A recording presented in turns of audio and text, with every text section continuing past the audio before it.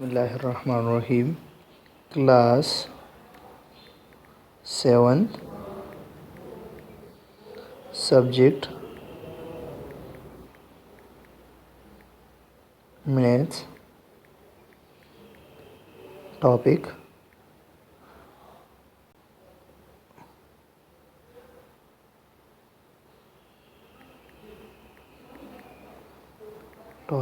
set, lecture number first.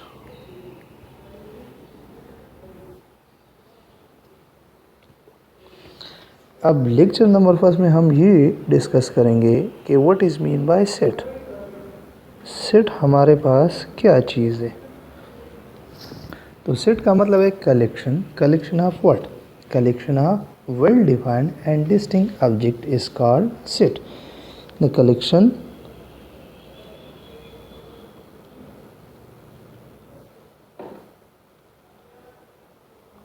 of well defined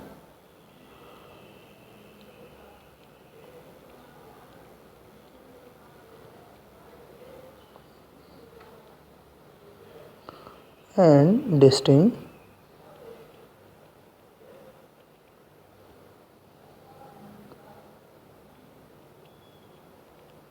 distinct objects is called set. ये हमारे पास set की definition आ गई। Collection of well defined and distinct object is called set. What is mean by well defined. Well defined का क्या मतलब है और distinct का क्या मतलब है। तो सबसे पहले हम जो है ना वेल डिफाइंड को डिस्कस करेंगे। वेल डिफाइंड का क्या मतलब है, जिसकी प्रॉपर मीनिंग हो। Well defined is equal to having proper meaning।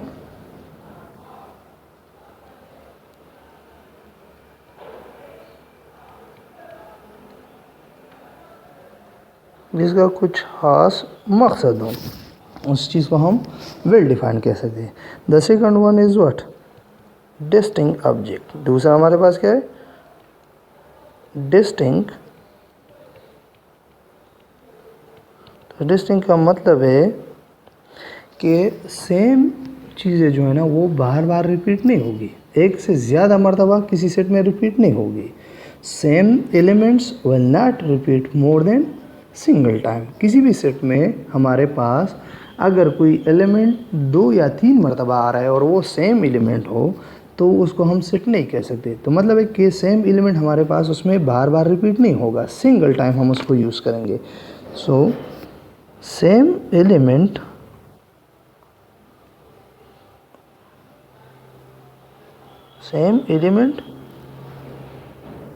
will not be repeated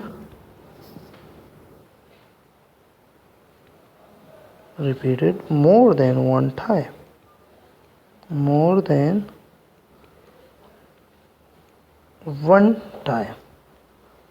एक से ज़्यादा मरतबा वो रिपीट नहीं होगा। क्या मतलब है इसका। फॉर एग्ज़ाम्पल मैंने एक वर्ड लिख लिया, ट्री मैंने लिख लिया।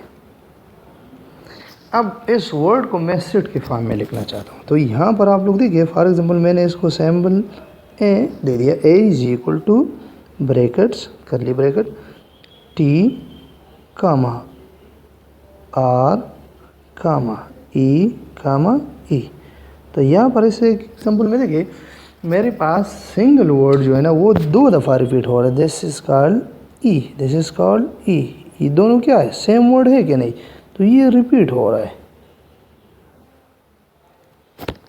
है कि नहीं। तो इसको हम सेट नहीं कह सकते। So it is not a set, क्योंकि ये हमारे पास दूसरा जो कंडीशन है डिस्टिंक्ट ऑब्जेक्ट वाला वो सेटिस्फाई नहीं कर रहा। तो जब दूसरा कंडीशन सेटिस्फाई नहीं हो रहा सेट का, तो उसको हम सेट नहीं कह सकते। इसी तरह अगर मैं एक और एग्जांपल ले लूँ एप्पल का, तो एप्पल हमारे पास क्या है, सेट के फॉर्म में कर लिखेंगे। सो ए पी एल ई।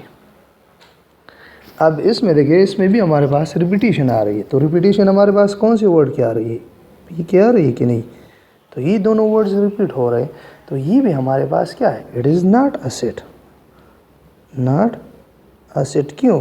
क्योंकि यहाँ पर हमारे पास दूसरा कंडीशन सेटिस्फाई नहीं हो रहा है। दूसरा कंडीशन में क्या है लिखा है, डिस्टिंक्ट में, तो इसमें हमने यही लिखा है कि same element will not repeat more than single time, कि एक एलिमेंट जो सेम होगा वो एक से ज़्यादा मरतबा रिपीट नहीं होगा। तो ये सेट नहीं है। अब सेट के एग्जांपल अगर मैं ले लूँ, फॉर एग्जांपल एक और एग्जांपल मैंने ले लिया रेट। तो यहाँ पर अगर मैं सेट के फॉर्म में लिखूँ तो c is a set, curly bracket r a t. अब ये देखिए, हर एक वर्ड जो है ना सेट का वो सिंगल टाइम रिपीट हो रहा है। So it is a set, it's a set. इसमें रिपीटिशन नहीं है, तो दोनों कंडीशन सेटिस्फाई हो रहे हैं, सो हम उसको सेट कह सकते हैं। अब एलिमेंट ऑफ अ सेट का क्या मतलब है, ये आप लोग देखें, ये सेट के अंदर जो नंबर है इसको हम एलिमेंट ऑफ अ सेट कह सकते हैं, एलिमेंट और member of a set.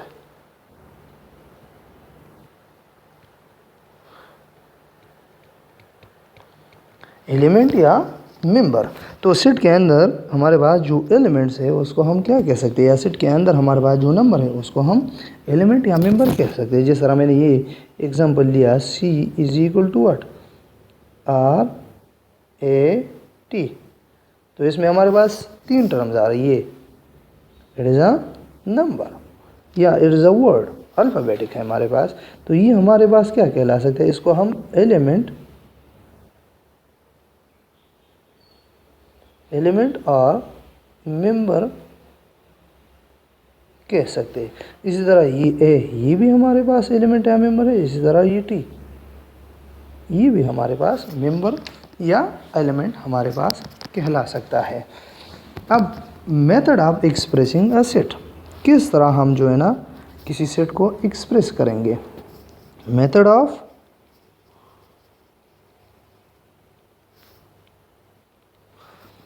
Expressing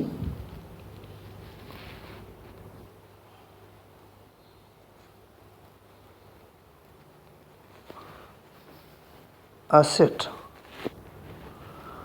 हम किस तरह किसी सेट को एक्सप्रेस करेंगे। तो हमारे पास जो है ना 3 मेथड्स है, 3 मेथड्स हमारे पास है जिससे हम किसी सेट को एक्सप्रेस कर सकते हैं। So a set can be express in 3 methods. Any set can be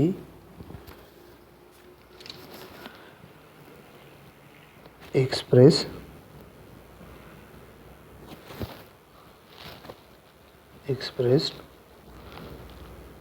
in 3 methods.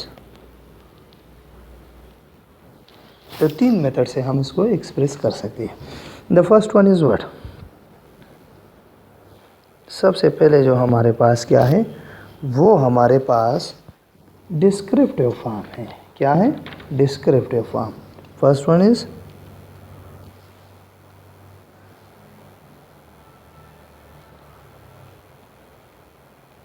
descriptive form, the second one is tabular form,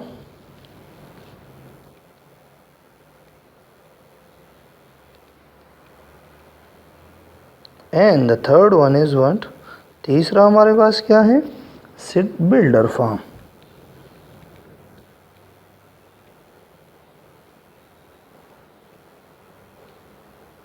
ये 3 मेथड्स है हमारे पास जिससे हम किसी भी सेट को इजीली एक्सप्रेस कर सकते हैं, या जिसमें हम किसी भी सेट को इजीली रिप्रेजेंट भी कर सकते हैं। तो सबसे पहले आप लोग देखिए, what is mean by descriptive form. Descriptive form का क्या मतलब है।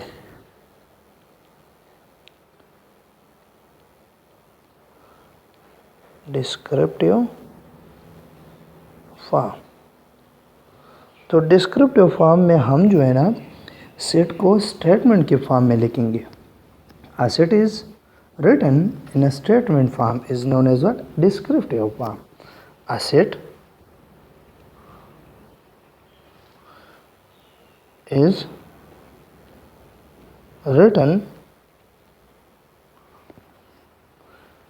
in statement form.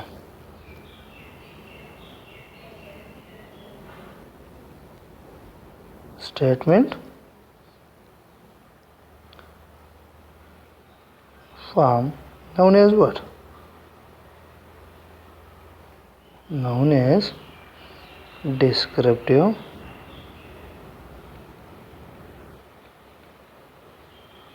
फॉर्म. उसको हम डिस्क्रिप्टिव फॉर्म कह सकते हैं. फॉर एग्जांपल किस तरह? एग्जांपल क्या है उसकी? एग्जांपल हमारे पास क्या है? A set of cricket player. A set of a हमारे पास एक सेट है, उसको हम लिख सकते हैं सेट ऑफ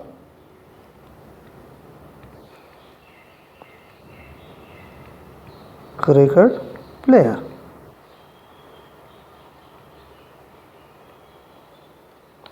तो ये हमारे पास क्या है? सेट हमारे पास स्टेटमेंट की फॉर्म में आ गया कि नहीं? तो ये हमारे पास क्या कहला सकता है? हम इसको डिस्क्रिप्टिव फॉर्म ऑफ सेट कह सकते हैं. इसी तरह मैंने लिख लिया a set of days in a week. मैंने बी सेट ले लिया. सेट ऑफ डेज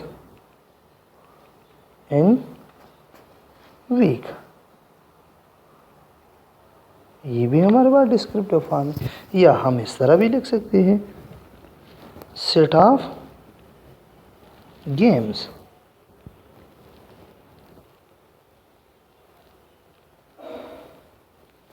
या सेट ऑफ गेम. तो ये हमारे पास क्या है? ये हमारे पास सेट बिल्डर फॉर्म आ गया. अब दूसरा हमारे पास जो फॉर्म है उसको हम टेबुलर फॉर्म कह सकते हैं. The second one is what? Tabular form. Tabular form में हम क्या करेंगे? टेबुलर फॉर्म में हमारे पास जो सेट है वो सेट हमारे पास करली ब्रैकेट के फॉर्म में हम लिखते हैं. A set is written in a form of bracket या करली ब्रैकेट. जब हम किसी सेट को ब्रैकेट्स के फॉर्म में लिख ले उसको हम टेबुलर फॉर्म कह सकते हैं. A set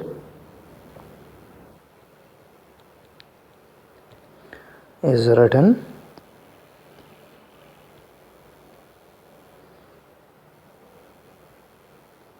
in the form of brackets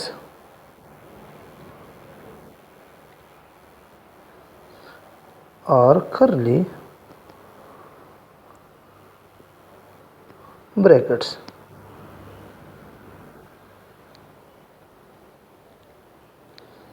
Called what? Is called tabular form.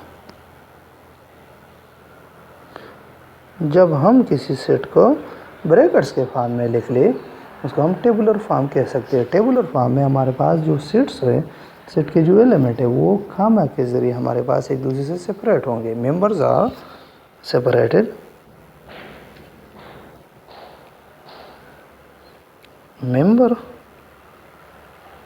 members of a set is separated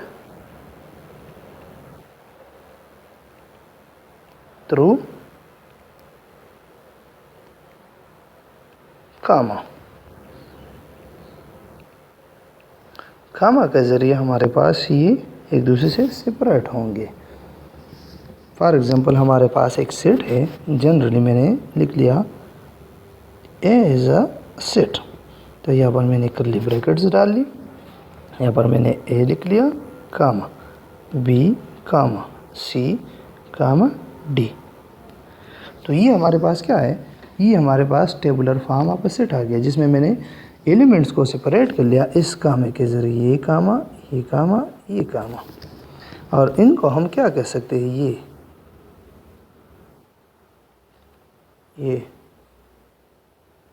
ये हमारे पास ब्रैकेट्स है.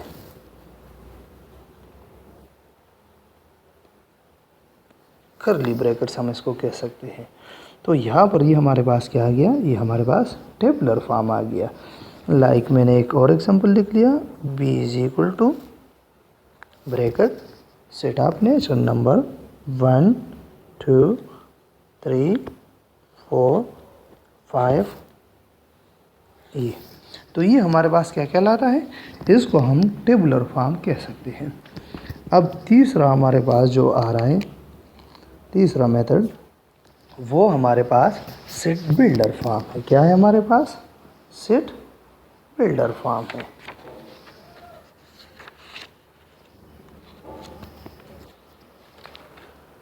Third one is what,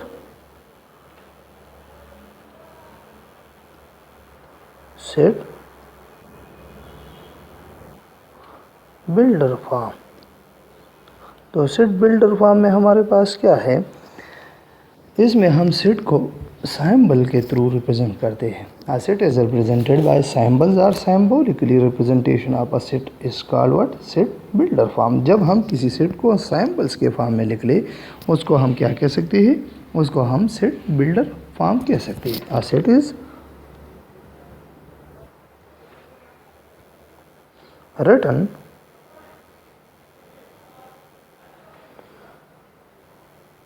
in symbolically form या in symbols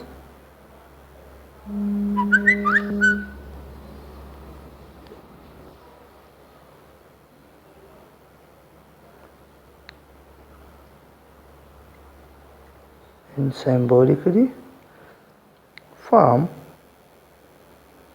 known as what, known as set builder form.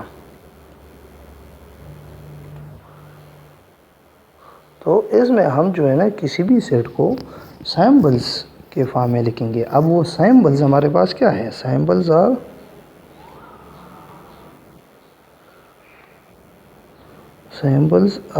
कुछ symbols है हमारे पास जो हमारे लिए बहुत ज़रूरी है, इसका जानना हमारे लिए क्या है, बहुत ज़रूरी है। सबसे पहले जो सिंबल है वो क्या है, इसी तरह एक सिंबल है, इसको हम क्या कह सकते हैं, सच दैट। फिर हमारे पास क्या है, उल्टा वी हमारे पास, दिस इज ये हमारे पास एंड कहलाता है।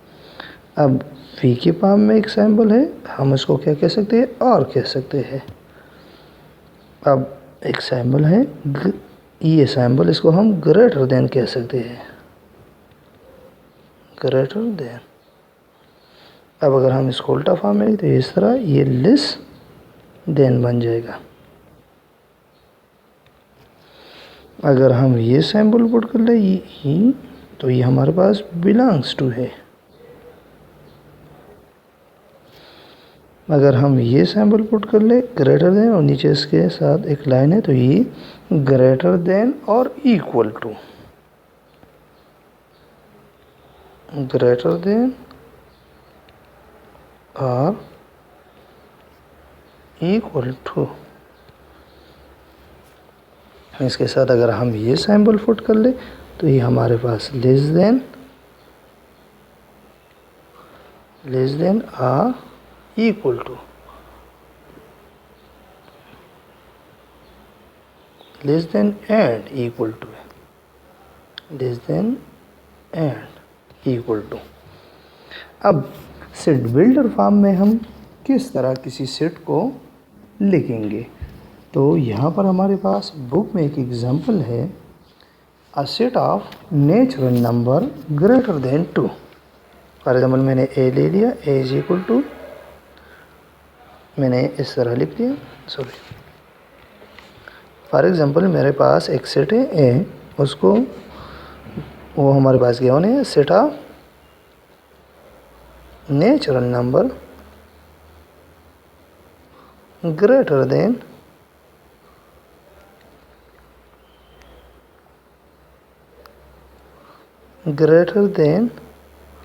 टू। तो इसको हम सेट बिल्डर फॉर्म में किस तरह लिखेंगे, तो in set builder form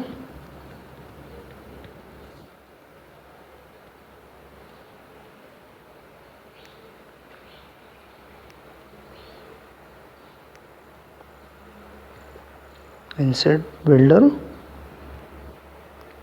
form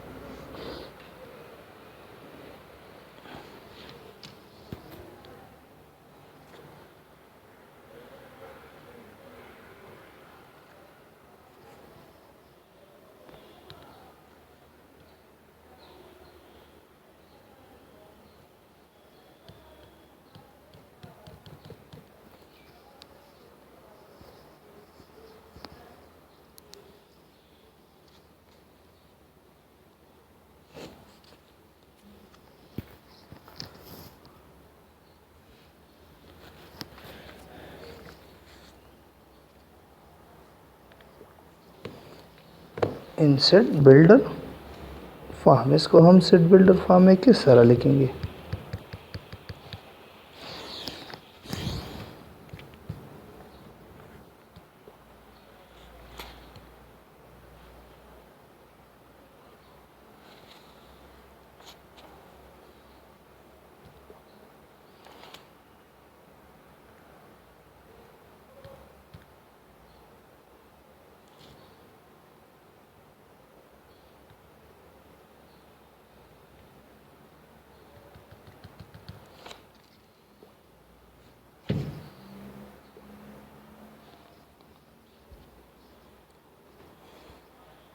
अब इसको हम सेट बिल्डर के फॉर्म में किस तरह लिखेंगे?